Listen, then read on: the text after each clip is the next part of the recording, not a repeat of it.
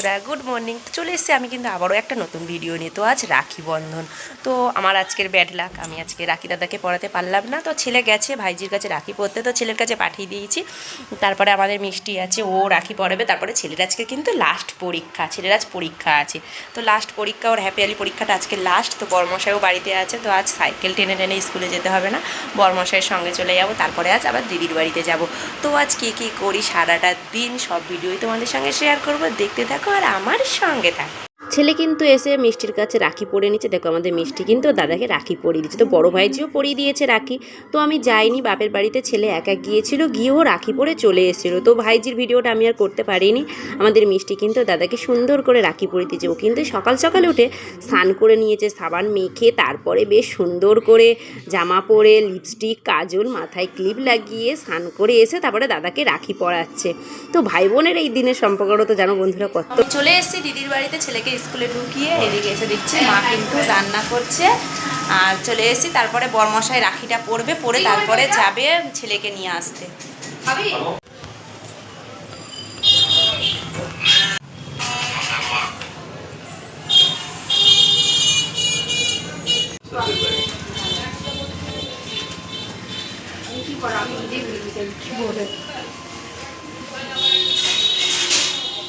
আর আরও একটা জিনিস কি জানো বন্ধুরা, ভাই বোন মানে ছোটোবেলা থেকে মারপিট করুক যাই করুক, কিন্তু এই দিনটার জন্য সবাই অপেক্ষা করে থাকতো, জানো তো আমরাও খুব অপেক্ষা করে থাকতাম।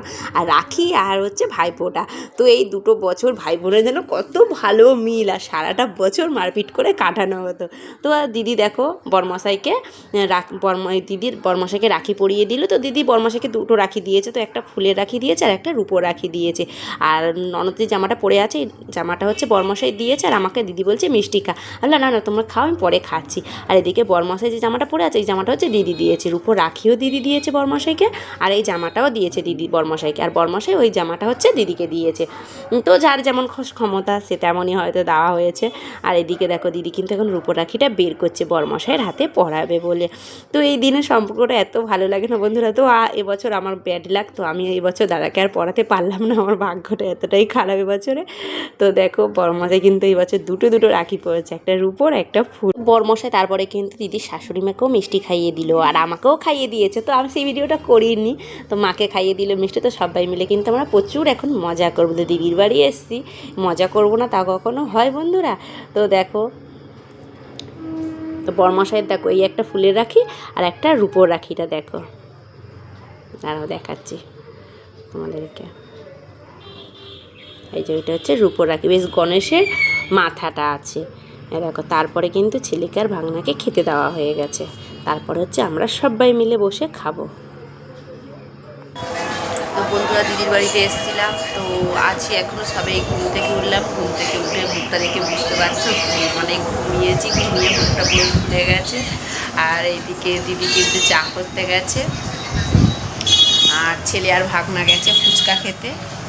তো আজ দিদির বাড়িতে থাকবো, দিদি থাকতে বলছে, আজ থাকবো দিদির বাড়িতে আমরা। কাল যেহেতু রবিবার আছে, বরমশাইয়ের ছুটি আছে, তো সেই কারণে থেকেই যাবো আজ। তোর 1 টাকা থেকে তোর 5 টাকা হয়ে যাবে। বাটিটা কাছে করে নে। আমি এটা দিয়েছি তো তুই। আরে ঢেলে দিবি পরে ও।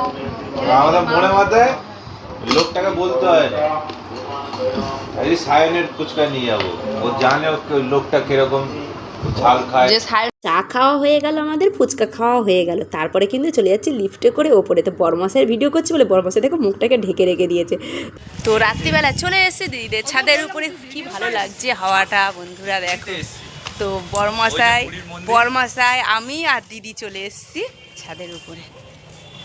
বন্ধুরা ছেলের তো হ্যাপি আলি পরীক্ষা শেষ, তো দিদির বাড়ি এসেছি, এখন 2-3 দিন থাকবো, তো খুব মজা করবো। তো ভিডিওটা দেখতে থাকো। আর আজকে ভিডিওটা কেমন লাগলো কমেন্ট